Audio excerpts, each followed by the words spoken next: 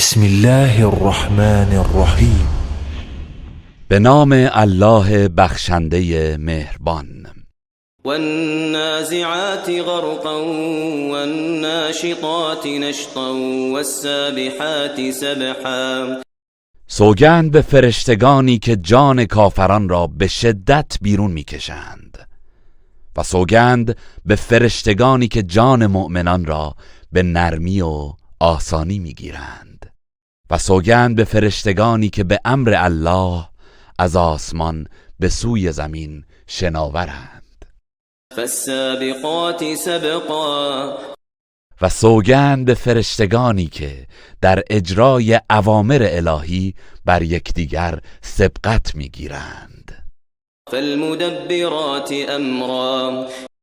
و سوگند به فرشتگانی که به امر الهی کارها را تدبیر میکنند. یوم ترجف الراجفة تتبعها الرادفة. روزی که پس از اولین دمیدن در سور زمین و کوهها و همه چیز به لرزه درآید و در پی آن دمیدن دوم حشر بیاید. قلوب یومئذ واجفة ابصارها خاشعة. در آن روز دلهایی سخت مضطرب و ترسان است و چشمهای آنان از ترس و شرمساری فرو افتاده است. یقولون ائنا لمردودون فی الحافرة. کافران در دنیا میگویند آیا ما پس از مرگ دوباره به حال اول خود بازگردانده میشویم؟ أإذا كنا عظاما نخرة. آیا هنگامی که استخوان‌هایی پوسیده شدیم و به خاک تبدیل گشتیم باز هم زنده میشویم؟ قالوا تلك اذا كروة خاسرة. گویند اگر چنین وعده ای درست باشد آنگاه آن بازگشتی زیانبار است. فإنما هي زجرة واحدة فإذا هم بالساهرة. پس آن بازگشت تنها با یک بانگ مهیب است و ناگهان همگی بر عرصه زمین محشر ظاهر می شوند. هل اتاك حدیث موسی. ای پیامبر آیا داستان موسی به تو رسیده است؟ اذ ناداه ربه بالوادی المقدس طوی. آنگاه که پروردگارش او را در سرزمین مقدس طوا ندا داد و فرمود اذهب الى فرعون انه طغى. به سوی فرعون برو که او طغیان کرده است. فقل هل لك الى ان تزكى. و به او بگو آیا میخواهی از کفر و گناه پاک شوی؟ و اهدیک الى ربک فتخشى. و من تو را به سوی پروردگارت هدایت کنم تا از او بترسی و فرمانبردار شوی؟ فأراه الآية الكبرى فكذب وعصى. پس موسی معجزه بزرگ را به او نشان داد اما او تکذیب و سرکشی کرد. ثم ادبر يسعى. سپس پشت کرد و به کوشش و تلاش علیه او پرداخت. فحشر فنادى فقال انا ربكم الاعلى. پس قومش را جمع کرد و ندا داد و گفت من پروردگار برتر شما هستم. فأخذه الله نكال الآخرة والأولى. پس الله او را به عذاب آخرت و دنیا گرفتار کرد. إن في ذلك لعبرة لمن يخشى.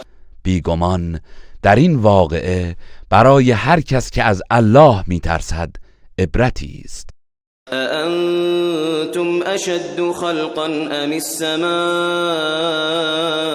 بناها. آیا آفرینش شما بعد از مرگ سخت تر است یا آسمانی که الله آن را بنا کرد؟ رفع سمكها فسواها. سقف آن را برافراشت و به آن شکل و نظم داد.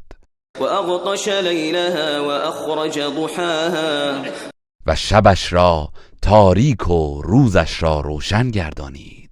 والأرض بعد ذلك دحاها و زمین را بعد از آن گسترانید. أخرج منها ماءها ومرعاها و از آن آب چشمه ها و چاه ها و چراگاهش را بیرون آورد. والجبال أرساها متاعا لكم ولأنعامكم و کوه ها را محکم و استوار بر روی زمین قرار داد. همه اینها برای بهره گیری شما و چهار پایانتان است. فإذا جاءت الطامة الكبرى پس هنگامی که آن حادثه بزرگ قیامت فرا رسد، يوم يتذكر الإنسان ما سعى در آن روز انسان تمام اعمال و تلاش‌های خود را به یاد می‌آورد. وبرزت الجحیم لمن یرى و جهنم برای هر بیننده ای آشکار می شود.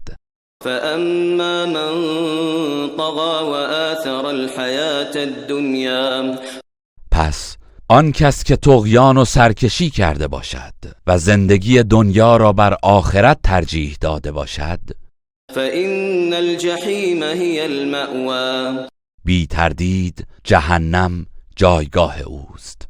وأما من خاف مقام ربه ونهى النفس عن الهوى و اما کسی که از ایستادن در حضور پروردگارش بیمناک بوده و نفس را از هوا و هوس باز داشته باشد، فإن الجنة هي المأوى قطعاً بهشت جایگاه اوست. يسألونك عن الساعة أيان مرساها ای پیامبر، درباره قیامت از تو میپرسند که در چه زمانی واقع می شود. فيما أنت من ذكراها تو را با یادآوری این سخن چه کار است؟ إلى ربك منتهاها سرانجام و منتهای علم آن نزد پروردگار توست. إنما أنت منذر من يخشاها تو فقط بیم دهنده کسانی هستی که از آن میترسند.